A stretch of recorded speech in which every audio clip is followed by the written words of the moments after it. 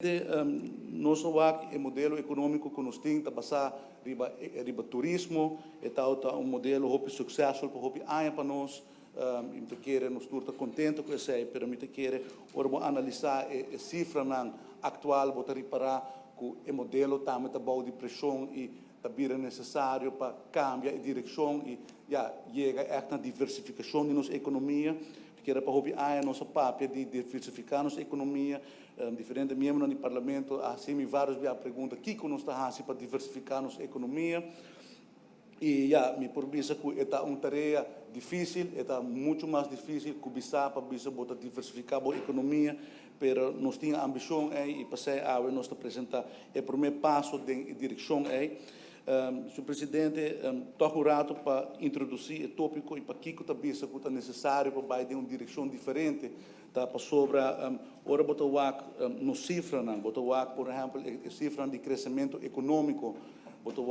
sempre no estado de crescimento econômico em termos nominal, se você comparar no starting point de 1986 e comparar nossa economia, a grandura de nossa economia, nosso GDP, por exemplo, em 2019, primeiro com o Covid, ela cresce 8,3 viaja desde o starting point na 1986, que é algo grande. Mas agora vou analisar a mesma cifra aqui em termos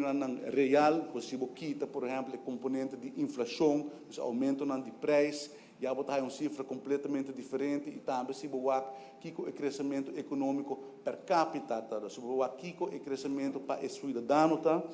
você tem cifra diferente. Por exemplo, agora vou comparar o GDP per capita de 1986 para 2019, ele cresce somente 4,6%. Então, em termos nominal, 8,3%, mas já em termos real, per capita, está 45% menos over o mesmo período.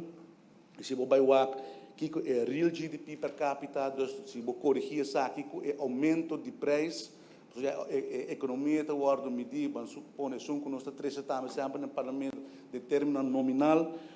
e isso aí significa que o preço não está subindo, está em crescimento também, mas agora é real GDP per capita over o período de 1986 para 2019, está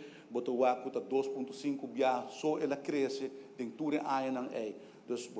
tem uma diferença grande entre o crescimento econômico nominal e o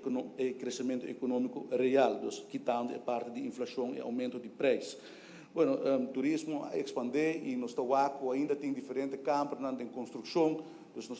aqui também tem seu impacto e nós chega agora também no pensamento que nós não podemos continuar o crescimento, de maneira que também nós temos obrigação para buscar outra maneira para crescer, outra maneira para diversificar nossa economia e nós queremos que tem sustainability, tem suficiente espaço para acessar, Senhor Presidente.